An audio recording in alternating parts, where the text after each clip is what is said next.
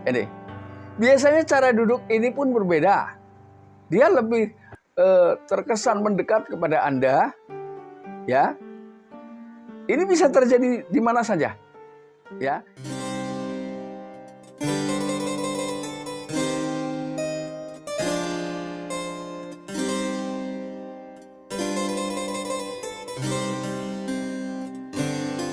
Assalamualaikum warahmatullahi wabarakatuh. Kembali lagi bersama saya Kang Kumis. Kali ini Kang Kumis kembali bersama sahabat semua, tentunya di channel Kang Kumis, channel yang selalu membahas seputar kehidupan rumah tangga, dari masalah percintaan hingga masalah perselingkuhan. Nah, namun sebelum lanjut ke topik, gak ada salahnya Kang Kumis mengucapkan banyak terima kasih kepada sahabat semua yang sudah mendukung terus channel Kang Kumis hingga berkembang.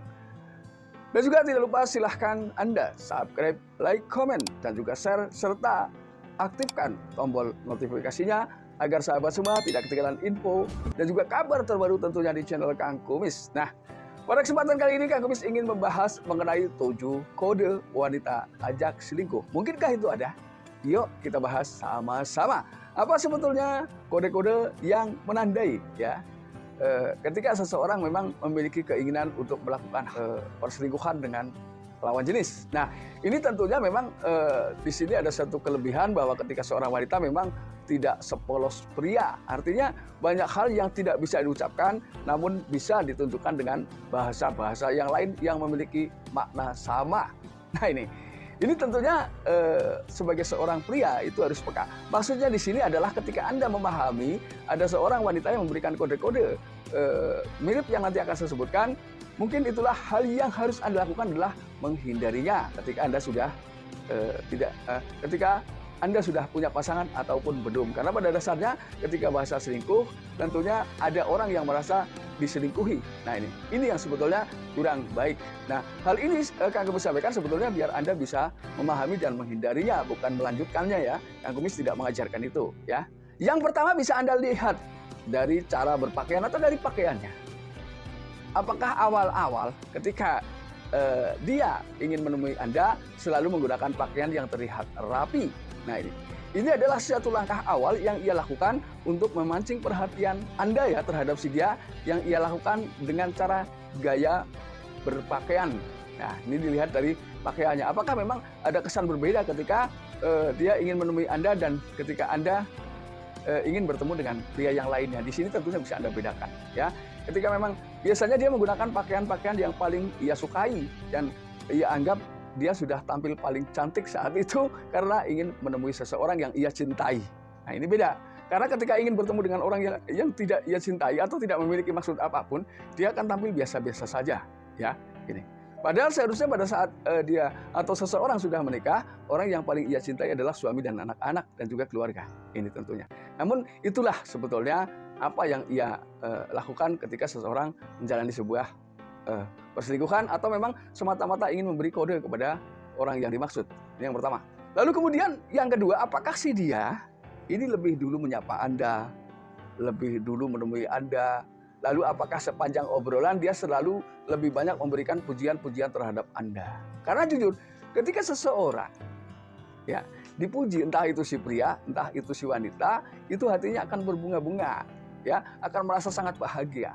Nah, ketika orang merasa bahagia, maka biasanya timbul rasa suka. Nah, ketika sudah suka, maka biasanya orang akan mudah mengikuti apa yang menjadi keinginannya.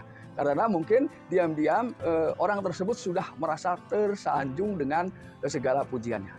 Ini dengan semua trik-trik pujian yang ia lakukan. Ini biasanya kode yang pertama adalah pakaiannya, yang kedua ketika ngobrol adalah pujiannya.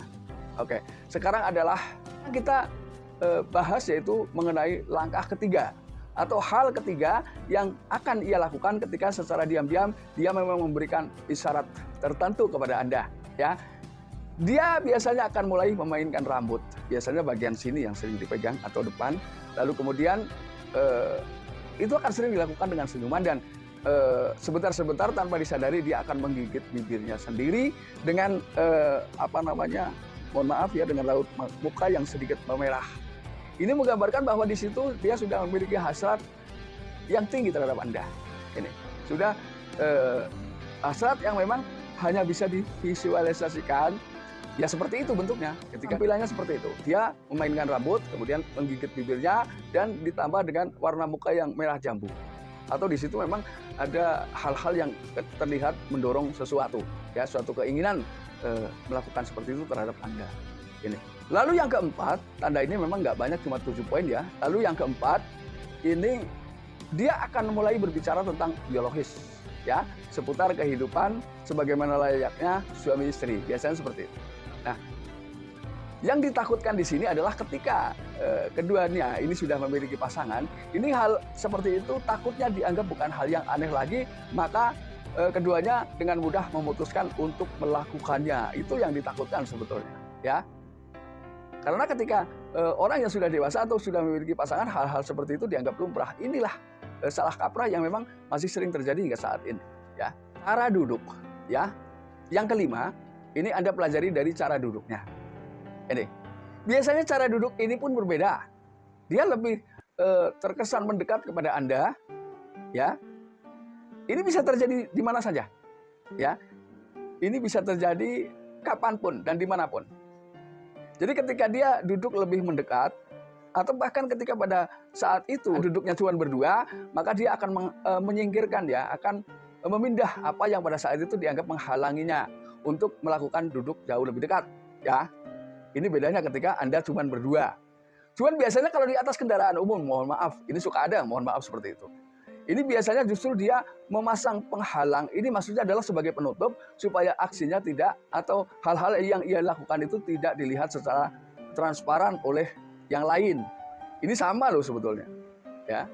Yang keenam adalah cara pandang. Apakah ketika si dia memandang Anda itu lama nggak berkedip, ya, bahkan ada kesan bibir gemetar, ya, bibir gemetar, kemudian urat-urat ini mulai memerah campur hijau, urat-urat kecil. Ini tampak bahwa memang seseorang sedang timbul hasrat di dalam dirinya. Ini, kalau memang secara visual terlihat seperti itu, ya. Lalu kemudian yang ketujuh, yang terakhir adalah gerak-gerik. Biasanya gerak-geriknya pun tidak jauh.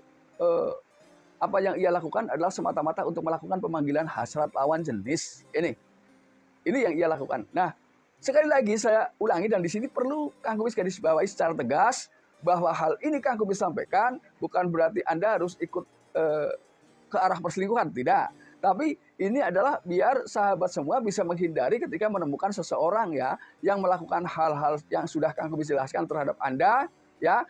Baik Anda sudah memiliki pasangan atau tidak, Anda bisa menghindarinya dan Anda bisa memahami, loh, ini berarti tandanya seperti ini.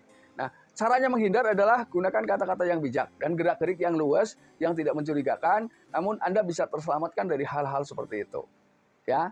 Karena itu juga sudah tergolong zina, ya. Karena mungkin bukan mahram, ya, bukan muhrimnya, ini sudah secara hukum Islam memang tidak diperbolehkan, ya. Nah, itu hanyalah gambaran buat sahabat semua agar jauh lebih paham apa sih sebetulnya kriteria-kriteria yang sudah dapat merusak keimanan seseorang, mungkin lah, ya, seperti itu. Nah, sahabat, mudah-mudahan apa yang Kang Kubis sampaikan bisa bermanfaat buat sahabat semua. Dan akhir kata, salam harmonis bersama Kang Kubis. Wabillahi taufiq wal hidayah. Wassalamualaikum warahmatullahi wabarakatuh, dan terima kasih.